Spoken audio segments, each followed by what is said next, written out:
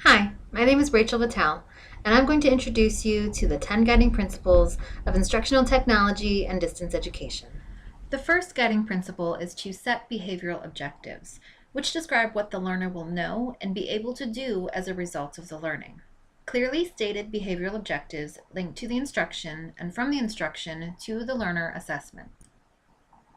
The second guiding principle is to motivate learners. Keller's ARCS model identifies 4 attributes of instruction that can motivate learners. These are gaining the learner's initial attention, making learning relevant to the learner, ensuring the learner feels confident that the learning can be mastered, and ensuring the learner is satisfied with the learning experience. The third guiding principle is to build towards a transfer of learning. The definition of educational technology, established by the Association for Educational Communications and Technology, references improving performance.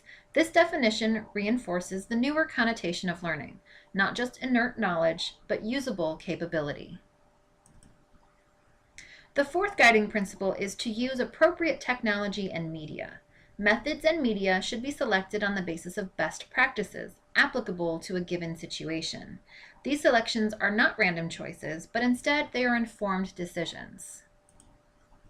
The fifth guiding principle is to follow current technology and trends. Professionals within the field of instructional technology and distance education must keep themselves updated on the knowledge base of the field and use that knowledge base in making decisions. Informed decisions not only help learners learn productively, but these decisions also effectively make use of the time, effort, and resources necessary to develop and provide instruction. The sixth guiding principle is to include learner participation. As part of the learning process, learners need opportunities to try out what they are learning at the time they are learning it. Learners develop a greater understanding of the instruction when they are able to do, experience, and engage in trial and error. The seventh guiding principle is to provide critical feedback. In conjunction with having opportunities to practice, learners need to receive feedback about their performance. There are a variety of ways to provide this feedback. Learners can be told if they are correct or incorrect. They can receive reinforcement for correct answers or performance. They can be shown correct examples, and they can be guided to analyze their own work. The eighth guiding principle is to engage the social context. In distance education, it is important to consider how the social context impacts the learning experience. Even in a virtual environment, learners and instructors still expect their interactions to resemble physical space. Learners want to navigate the online interface easily, to feel connected to the learning group, and to have conversations with peers that further their understanding of the content. The ninth guiding principle is to assess learners.